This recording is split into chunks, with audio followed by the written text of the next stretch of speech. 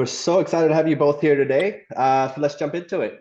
Jacob, could you tell us a bit about your tile contractor services? How long have you been in business? I know you're a third generation tile installer. So just maybe a little bit how it's changed from when your grandfather, your dad started till today. Like how has the shower installation business changed? Um, well, I'm a third generation tile contractor. I run my father's company. He started it in 1977. And also I have SD Shower Pros, which is specifically a only strictly shower company. Hmm. But my dad's company specializes in tract homes and also commercial. But as far as the changes go, it's pretty drastic. The tiles have gotten much bigger and the grout joints have gotten much smaller. The tools have gotten much bigger and much more higher prices. So it's definitely changed quite a bit. So I remember back in the day in the 90s, the biggest tile that they ever installed was a 12 by 12. And I Right. haven't installed a 12 by 12 in, I would say, about a decade. And That's a then big as change. far as, yeah, and then as far as like the more like the methods go, like, I mean, from my grandpa's point of view, I mean, they floated everything 100%, floors, walls, everything. And they didn't even have thin set. All they had was cement and you bonded directly, you mix pure cement. And then they came out with thin set, which is, for thinner applications. And then you would mix it with acrylic when you're using it to bonder to more harder surfaces. So there's a lot more to it, but now you have to pre-mix thin sets that have the additives already in it. So they're trying to make things easier with coming out with a lot more products, and there's a lot more companies nowadays, which the technology is really trying to catch up, but the tiles are getting bigger, so there's a lot more tools out there. Like a race, isn't it? It's always changing. The tiles are changing, and with it comes more challenges. Like I know, like like they have new leveling spacers to make it easier for the Mm, real large formats, and but some of these are getting like what 48 by 48 size. I mean, they're like slabs going on the wall, aren't they? So no, yeah. I hear you.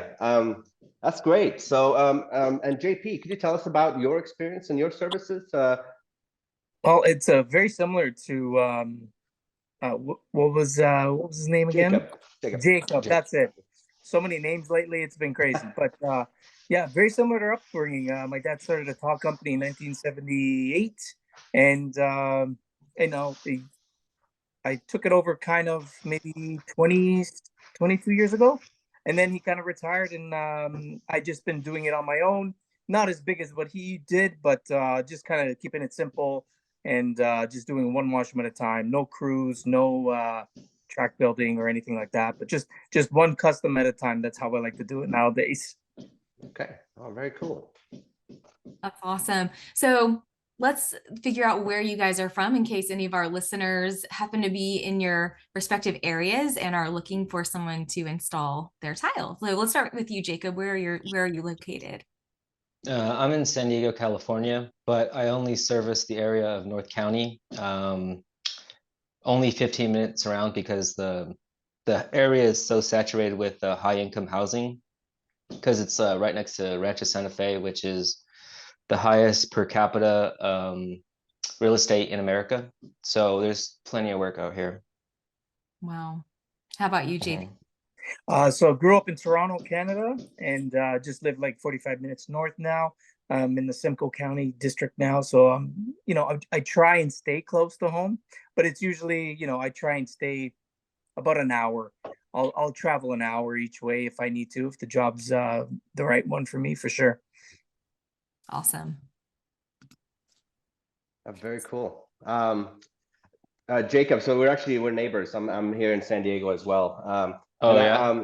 Yeah, very, it's interesting. I actually it's going off a tangent now, but I had a tile store up in San Marcos many years ago. I sold it. So Oh um, really? I yeah, probably know yeah. it. Tile Direct, you know? Yeah, I do. I do. Oh, good, good. I've driven past it many times, many No, times. good. It was right off the 78. So Yep, right very there off of cool. Plaza, right? Yep, that's Oh, it. I've seen you. Yeah. Yeah, very cool. Mhm. So both you and JP, you use I've seen on your I did a little bit of research. I've seen on your Instagram on your website use different types of waterproofing methods. So maybe we'll start with Jacob and then JP. I know you use I think it's Mercury. The Yes. for all your waterproofing? Can you tell us Yeah, a little bit well, about it? Yeah. yeah, it's a P1 HydroGuard made by Miracrete, but I use it in combination with a carbon fiber mesh. It's very similar to a Okay. to a commercial roofing system. Okay. It's an elastic. So because the waterproofings by themselves, they advertise it that it can be, done by itself, but I like reinsurance because I warranty my showers for 10 years personally. Very nice. So the water and the shower pan is the most important part of a shower because you can do, beautiful work, and if it leaks, then Well, that's that's a it, isn't it? Yeah. it's a beautiful piece of leaky work, Don't want that. But as far as what I love, I mean, but also like, there's a lot of people who do the hot mop, and I love the Mm. hot mop. I think it's great. It's a turnkey solution, especially if you're DIYers, I say don't even try to waterproof it. Just pay the money, have a Get a professional hot come mop. out and do it, and it's going to be done right. And then you can tile your shower yourself. Oh, here you. JP, so I seen Yeah. you do a lot of Schluter. So Yes. what would you so compare like a hot mop process, like what with Schluter? How do you find that? Well, here in Canada, to be honest, Yeah, I've never heard or ever seen hot mop. right. It is. I think it's more of a San Diego, very local Yeah, San Diego, actually, more and it more, really or is. like West Coast thing, It's isn't it? it, it's pretty amazing on how diverse the methods are. I mean, we're not that far away. We're still in North America, South America. We're still in the same country basically, and we Mhm, have so many different methods. In mhm. Canada, it's always been like a PVC liner, OD drain, and that was it. Dry pack and no waterproofing. Just that's it Wow. for a long time. And there's not really a lot of relegations now. Like there's no, you don't have to pass a test. You don't have to get it inspected. And those are things like I think there's some people trying to get that changed so we can all be on the same page, get everything done right, so nobody's getting bamboozled by bad contractors, right? Right. Yes. Yeah, it's important, isn't it? So I know, like, with the waterproof, I think it's one of the most, I mean, obviously the most important things for the shower, because especially if it's like on a second floor or anything like that, it can cause, huge amounts of damage. And hot mop is like one of those true, like, tested ways. It Yeah, always works. It's very solid. And I worked with like Schluter and different types of waterproofing systems. They all kind of do the same things, and they'll have different warranties. yeah, Some allow you to kind of tile a little bit faster than others, right? So sure. you can do it and you can tile the same day, kind of thing. So Yeah. which would, And some of the there's a lot of people. advantages. There's a lot of people that just they use a roll on, which is maybe Mhm, they don't have their hands don't like trowels that much. Maybe they mhm. don't like trowel work. It's a little bit more labor intensive. Like I was born with a trowel in my hand, so I Yeah, prefer the trowel method or use the Curdy board, whatever the job needs to be having done. But I really like the Schluter product. mhm. It's probably my favorite. I've tried all the other ones, but Schluter just have everything in place for what you need. Yeah. Everybody has their own one they just love, and they get Yeah, good at it, and it's like that's what works. exactly. So very cool. Yeah. Mhm, Yeah. mhm, mhm, Um, mhm. so Jacob and JP, you both mentioned, things that can go wrong. Like you don't want to have to double back. You don't want to have somebody put, a large investment into a big tiling project only to have to come back, do it again.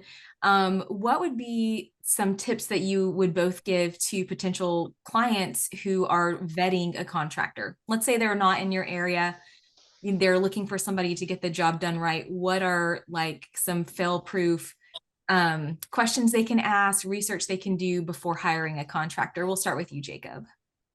Number one is don't just hire someone who doesn't have a license. If you hire, because that's like the biggest thing. I hear so many people who go, man, this guy he did this. I'm like, wait, do you have a license? And they go, no. I'm like, then he wasn't a contractor. Stop saying a contractor screwed you over. Because it's like that's like the main thing. It's like, no, it's because there's so many things you can do for a contractor if it does go bad or south, but you lose your license. It's called abandoning the job. That's a number one reason why people lose their license. And that's why you have to hire someone who has a license and you avoid that whole problem. But the number one thing is get at least 3 bids and make sure they're all bidding on the exact same thing, apples to apples, because If it's not the same thing, it's not the same price. And then if you want to go get a contractor, I recommend going to your local tile store, going down there and asking them who they recommend. And they have a long list of all reputable contractors who can give you a bid. Fantastic. JP, any input there? Yeah, I mean, Jacob hit a lot of key points. I mean, references are huge. Portfolios, like, let me see your work. For a client, I think that's huge. That's one of the main reasons why I started doing social media is, I used to carry around a photo album of all my work, but, I could have took pictures of anything, right? So I said, I got to make this personal. I got to make it good. Maybe have some fun with it so people feel comfortable with the work that I do. So that's how that started, coming about. And then it just grew from there. I was like, okay, I'm getting a little bit of a response. People are liking that, they're seeing what the work is done. And that's part of my selling feature when I go and quote a job, is that I will videotape my whole process of your work, of your job, your bathroom, whatever. And you can watch it basically live as it happens.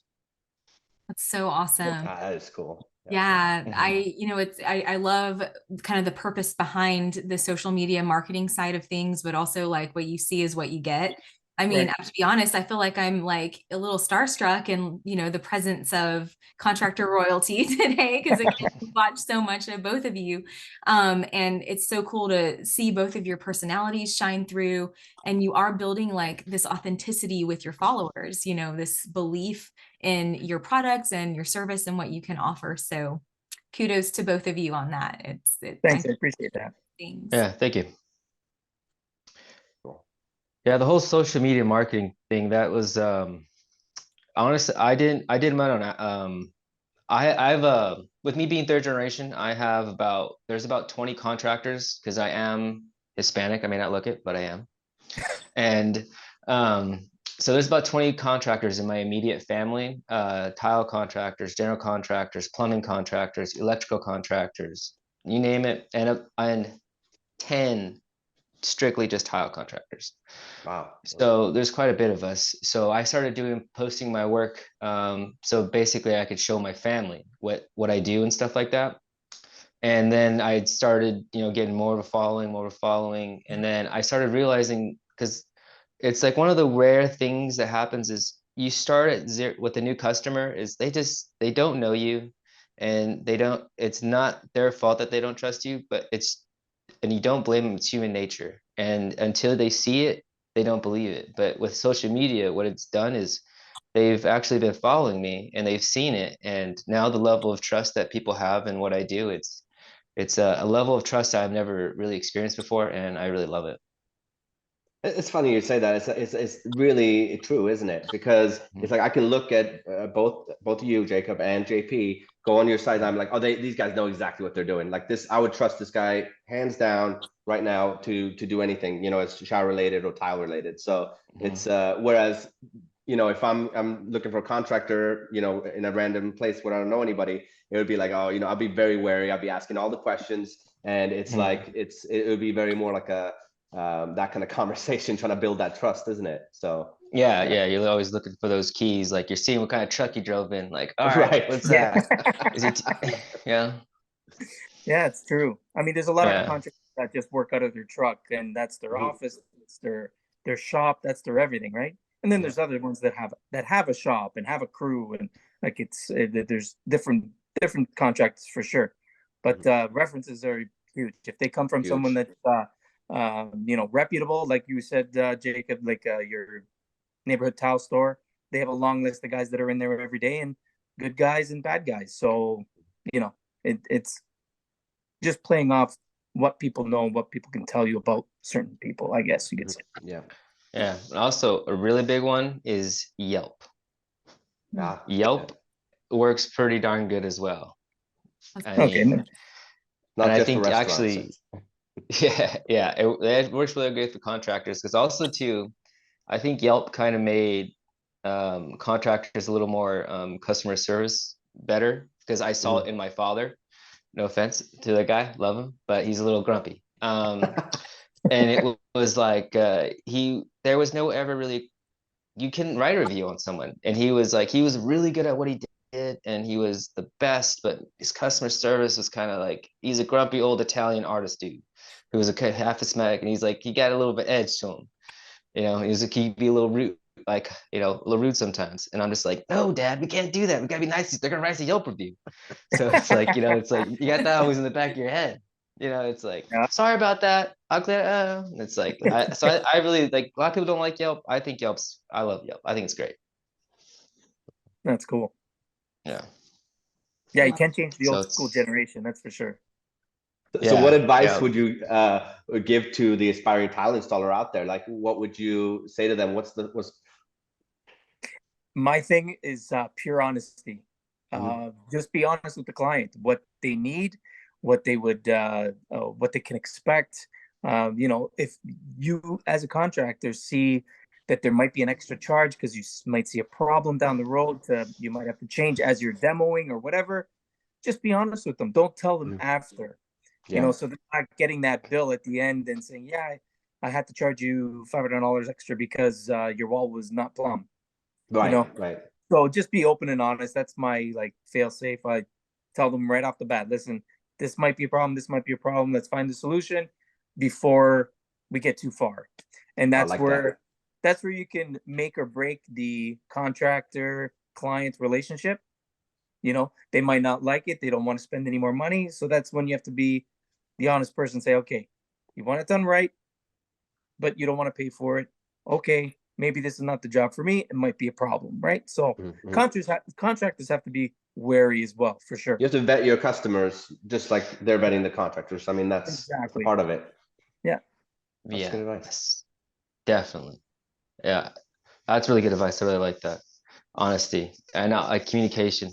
Man, communication is the biggest deal. It's the more there's no such thing as over communicating with your customer. Also, what I like to do is when I'm doing showers, there's often dry rot. So what I do is and then also is write a contract of exactly what's going to be done, what area is going to be tiled, and list the type of tile you're using, because we all know that different types of tiles take different times to install. And there's a lot of misconceptions that people, so know what type of your tile you're going to be using beforehand. Don't give them a price and then you show up and it's 24 by 48 and they say, well, I thought it was bigger, so it would cover more, it would go cheaper and it'd be easy for you. And it's like, no, that's a misconception. That's the biggest myth out there. It's like, no, actually, when it gets bigger, it takes more time. It's more of a hassle. The tools required to do it are 3 times as expensive. And, it's just like, I'm doing a shower right now with 12 or 24 by 48 tiles. And there's only 2 full pieces this entire shower. And there's over 34 pieces, and it's only 2 full ones. And when you're cutting these things, they're $100 a tile. So there's a lot more pressure. And it's just there's a lot more to it. So and also when you go smaller with a 3x6 subway and you're doing actual quarter rounds, those all take more time. So just list the type of tile you're going to use, so everything's nice and just be as clear as possible before you even start the job. And then also when you're doing showers, 9 out of 10 times there's dry rot. So have a clause in there for doing dry rot and have an hourly rate, and your hourly rate, and then charge for materials separate. And if you just have that little clause already set up and tell them if you're going to charge them for any unforeseen things at this rate, then they already have it in their mind, that's going to happen. So it's just like, as long as you give them preoccupied expectations, it's amazed by how smooth things go. For sure. I love it. Awesome. Sound advice. Thank you so much for that. So I have a question, because you both have kind of mentioned materials and the 24 by 48 and all that. Is there one tile material or style that you wish you never had to see again or install again? Or one that you really enjoy working with that you could do every day? Either one. I'll take either one. I got one. Okay. I hate subway tile 3x6. Oh wow, yeah. It's a confession. I really don't like it. I wish it would just go away forever. And quarter rounds, not a fan, but I can do it, and I'll do it to the best quality. But a little bit of my soul was lost a little after that job. But I love big format 24 by 48s. I love those. And also one thing I think looks beautiful, but it takes so much time to do is miter cut edges on instead of using Mhm. trim. I love the look, but man, is that timely. Wow.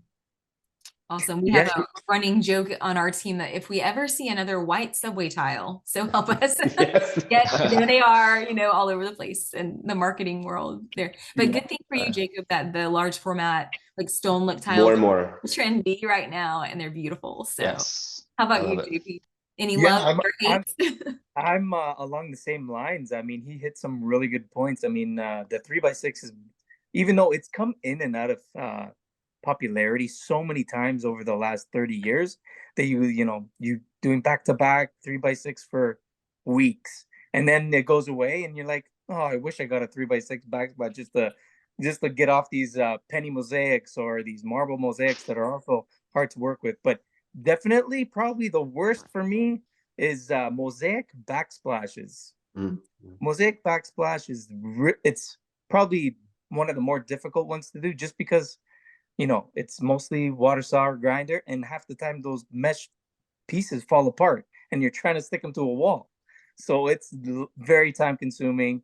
All depends on when they're made or where they're made. It makes a big difference. But my favorite right now is probably large format, like anything bigger than 12 by 24, Mhm. square or rectangle. But yeah, I mean, it's such a clean look, less grout joints. I mean, it'll look cleaner longer than 12 by 12s used to in the 80s for sure. I think so too. Yeah, I think the large format's going to be staying around. Oh yeah. And it It's needs getting to hit a bigger. ceiling somewhere though. Like it can't be just Oh like it's man. like slabs. We're gonna have huge slabs soon. Just not like 48 Yeah. by 72s. I'm like, oh my goodness. Yeah. Yeah, pretty much it's gonna force the tile guy because what used to be like, tile and stone, they used to be Mhm. separate trades. And then the tile guys kind of came in and pushed out the stone guys, Mhm. Mhm. Right. and or they became one. And then because you used to get back in the 80s, you were getting $10 a square foot to put in natural stone because only a mason had to do it. Right. So, and then the tile guys came in and kind of took that over. And now I see with the slabs, I see a lot of the slab guys kind of really hesitating for the porcelains. And I see the tile guy that the tiles are getting much larger. So I think in the future that trade is gonna be meshing here pretty soon. That's what I see. Right, right. That's very interesting, actually. I mean, it's a whole different, can be a whole different segment for us, Lindsay. But yeah, like porcelain slabs versus because they're getting to a similar size, actually. And Yeah. Yeah. there's some people that specialize just in porcelain fabrication on slabs, and they do an amazing job. So it's yeah, it's definitely I something to think the watch out porcelain for. slabs are definitely harder to work with than, let's Mhm. say, natural stone. Just because Mhm. natural stone, the granites, the marbles, there's so much you can do with them in terms of finishing. You can, Yep. so many profiles on the edges, on counters and stuff like that. Porcelain, you're almost forced to miter everything all the It's all time. miter pretty much. Yeah. And that's such a fine line of um, holding that grinder or the machine that does it. I mean, you have one chance, and Yes. it could Exactly. explode or it could get a chip or whatever. With the granite, you could fill that chip. You can work with it, sand it out or whatever, right? So there's definitely uh very tricky. Good point. Good point. Yeah, awesome. So speaking of tools, what would be like your must-haves? Like if you could only have three tools, what would like be your three go-to brands and types of tools that you just have to have for the perfect job? We'll start with you, Jacob. My favorite, so I'm turning my other phone off. My favorite saw, it nowadays is the Ruby rail saw. I really love that. I think it's the best rail saw on the market. And I've had other brands before, and they honestly stopped cutting square after about a year. This one I've had for about 5, and it still cuts square, true. I love it. And then also the blades that they make, they are a lot more because you have a lot of deflection with different types of blades and thinner, cheaper ones. So they have a really stiff blade, which allows for a lot less walking, they call it, when you're doing long cuts. And then it allows for, and then they specifically put a blade pattern, a diamond pattern on the blades, which allows for a lot more of a smoother, less chipping of a cut, and it allows for a faster cut. So, and then as far as hand tools, I love Milwaukee because I feel like Milwaukee is the Gucci of power tools. Awesome. For me, it'd be gotta have a good grinder. I'm a Makita grinder kind of guy, but I also have my Milwaukee stuff as well. I'm a huge Milwaukee fan. And definitely a Sigma for just regular snap cutter. I've been a Sigma guy for a long time. And yeah, for wet saw, I have my DeWalt, which is my go-to because it'll just work all the time, and it'll, you know, change the blade to different kind of stones. It works pretty good all the time. But yeah, those would be my go-tos. Definitely grinder, Sigma, and Milwaukee for all the other add-ons for sure. Yeah, actually, I was gonna say is like you know, it's impossible for one company to make the best of everything, and I think that Absolutely. the Makita, as like Makita grinders, no one could touch them.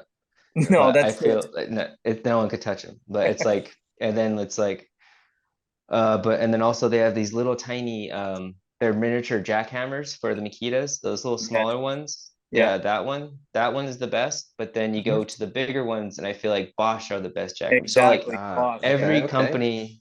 every company has their best of everything. But I feel like for like your battery operated tools and your tool bags and the carrot pack outs, like Oh yeah. that's what I Milwaukee. meant by Milwaukee. Yeah. Yeah. You look pretty cool when you walk in with that pack out. You're like, oh, that Oh dude yeah, for respects sure. me. For sure. I mean, Yeah. it's not by accident that they're Ferrari colors too. Like I'm a huge Ferrari fan, but anyway. Oh yeah. Yeah. Yeah. Oh, Yeah. that's amazing. We are getting ready to wrap up on our time here. John, did you have any other questions that you wanted to throw their way? No, I think we've kind of covered it all. I think it's the Ruby, what, 250 you have, right? DC, that big rail saw, the Yeah. wet saw. Yeah, oh, it's Yeah. amazing. It's amazing. I've seen it, and if I ever got into the installation part, I'm like, that's what I would use. No, Oh yeah. It gives you muscles. yes, yes. Oh, it was great having you guys. Thank you so much. You've been really good. So it's been a great conversation, I feel. So Yes, Yeah, thank you for the for having- invitation. yeah, Yeah. thanks for having us. Thank you guys so much. We appreciate it.